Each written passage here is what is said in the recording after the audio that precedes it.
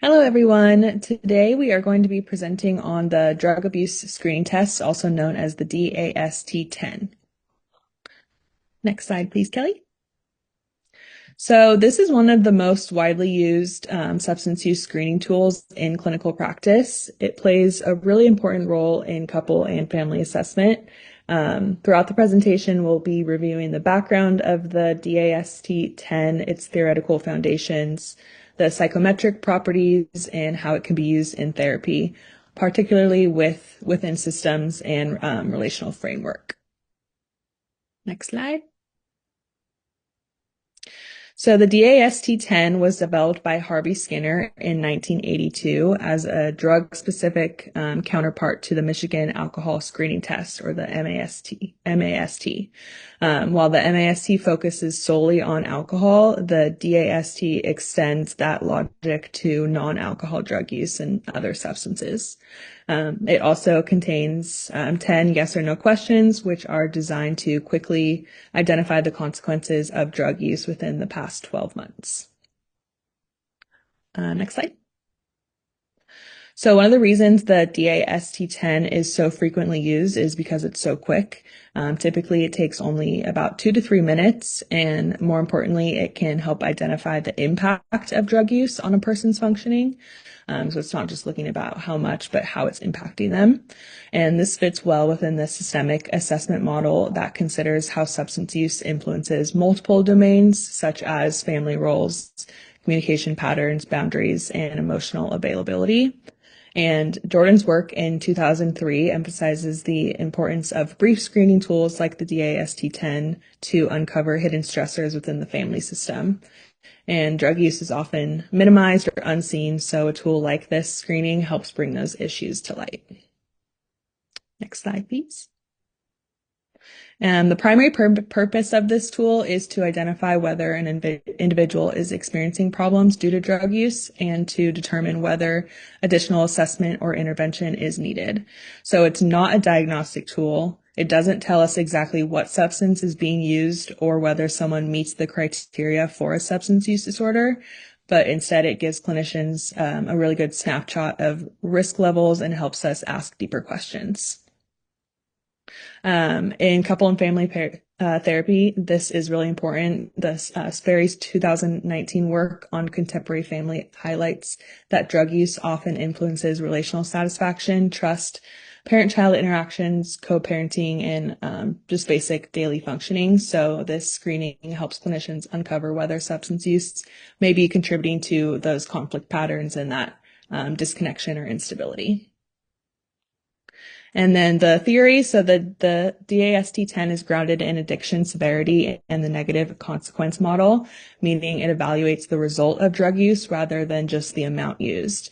This is a really valuable approach because clients will often minimize the frequency or quantity of their use, but the consequences are harder to dismiss. And Skinner's adoption of the MAST structure allowed the DAST to have a strong foundation while addressing different category of substances. From a family systems perspective, both Jordan and Sperry note that the substance use disrupts homeostasis within a family system. It will shift roles and introduce a lot of new conflict, secrecy, avoidance patterns. So when we administer the DAST-10 in relational settings, we're not only screening for drug use, but also screening for that systemic stress. So now moving on to the research, the DAST-10 has been heavily researched and consistently shows excellent psychometric properties. Reliability studies reveal a Cronbach's alpha ranging from 0.86 to 0.94, which indicates strong internal consistency. In terms of validity, the instrument shows high sensitivity and specificity when compared with DSM substance use disorder diagnosis. Next, Kelly, please. Psychometrics, it's excellent for internal consistency, as we discussed in the last slide. It's also been validated across diverse populations, from outpatient, inpatient, community samples, and integrated care settings. This makes it a dependable tool not just for individual screening, but for couple and family therapists working in fast-paced or high-demand environments. Both Jordan and Sperry emphasize the importance of using tools that are empirically supported and incorporated into clinical practice. Scoring is a simple each yes answer earns 1 point. The total scores ranges from 0 to 10, with higher scores indicating greater impairment. The cutoffs are clear. 0 indicates no problems. 1 and 2 suggest low-level concerns. 3 to 5 is moderate, likely requires additional evaluation. 6 to 8, substantial, significant concerns refer to treatment services. 9 and 10 is severe, high likelihood of substance use disorder. These cutoffs are important because they help guide next steps in treatment, planning, and determine whether referral to specialized substance use services are needed. Next. Comparisons. It's also helpful to compare the DSA-10 to other commonly used screening tools. The AUDIT is specific to alcohol use and does not address drug-related issues. The ASSIST, created by the WHO, is broader and screens for multiple substances but takes much longer to administer. The CAGE AID is quick, like the DAST, but it's less sensitive in identifying severity levels. The SASSI is more diagnostic, but requires training and is not always practical in short intake appointments. Jordan 2003 notes that brief instruments like the DAST-10 are ideal in family-based assessments because they allow clinicians to quickly identify potential substance-related stressors without having overwhelming clients or overextending assessment time. Next, please. Clinical use. The DSA-10 has several clinical applications. First, it can help clinicians identify clients who may need further substance use evaluation or treatment. Second, it uncovers how drug use be affecting relational functioning. This is particularly important because substance use is often intertwined with communication problems, emotional withdrawal, financial strain, and sometimes parenting challenges. The tool also complements motivational interviewing by giving clients tangible feedback about their risk levels. Seeing a number or score can sometimes help clients reflect more honestly on their use. In couple therapy, the DAST-10 can reveal patterns such as secrecy around use, role strain, or one partner carrying more responsibilities to the other's impairment. Sperry emphasizes that substance use often co-occurs with relational instability, so screening is essential. Next, we're going to talk about the clinical uses in therapy. So the DAST-10 has several different clinical applications. First, it can help clinicians identify clients who might need further substance use evaluation or treatment. It can also uncover how drug use might be affecting relational functioning, so different like relational dynamics. This can be particularly important because substance use can often be intertwined with communication problems, emotional withdrawal, parenting challenges, and so forth. So a bunch of different dynamics that happen within the family system. This tool also complements motivational interviewing by giving clients tangible feedback about their risk levels. Sometimes seeing a number or a score can help clients reflect more honestly on their use. And then in couples therapy, the DAST-10 can reveal patterns such as secrecy around use, role strain, or one partner carrying more responsibility due to the other's impairment when they're using substances. Sperry emphasized that substance use often co-occurs with things like relational instability. So screening can be pretty essential when it comes to therapy within like the family structure. So as administration, the DAST-10 typically takes 2 to 3 minutes. It can be completed via self-report, or the clinician, the therapist, can kind of take the wheel and administer it to the client.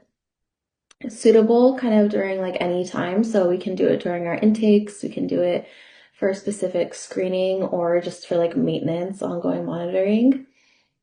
It is pretty to use for outpatient hospital settings and telehealth. So it's not really like for one specific setting. And then it requires minimal training and administration for scoring. Okay, so as far as scoring, each yes is 1 point, and you can score every question on a scale of 0 to 10. Higher scores are going to reflect greater impairment, which means that this person's likely going to need more treatment. Simple scoring enhances usability in fast-paced clinical settings. We can get this assessment done pretty quickly, and then it can be really helpful, again, for family therapists to identify any systemic issues that are going on because of drug use. Availability, how easy or hard is it to get this assessment tool? It is part of public domain, so we can get it freely. You can print it, you can take it, give it to people. You can do it online via PDF, so there's no licensing fees, permissions required. You don't have to like pay for it or anything. So really ideal for clinics or training programs who don't have a ton of assessment resources.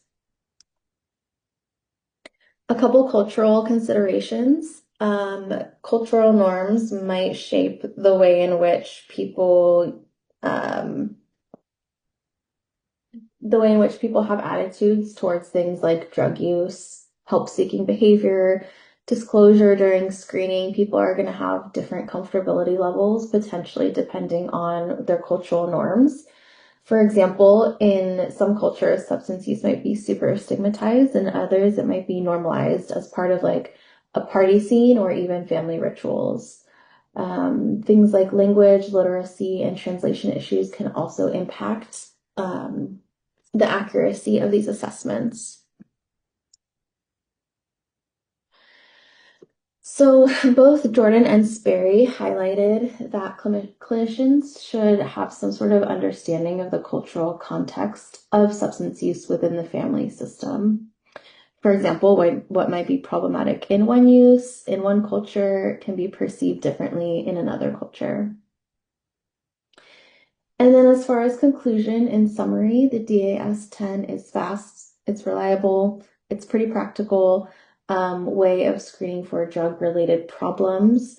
It has strong psychometric support, it's pretty easy to use, it's relevant to individuals, systemic family issues, relational dynamics, so it's good for, utilizing it in a family system.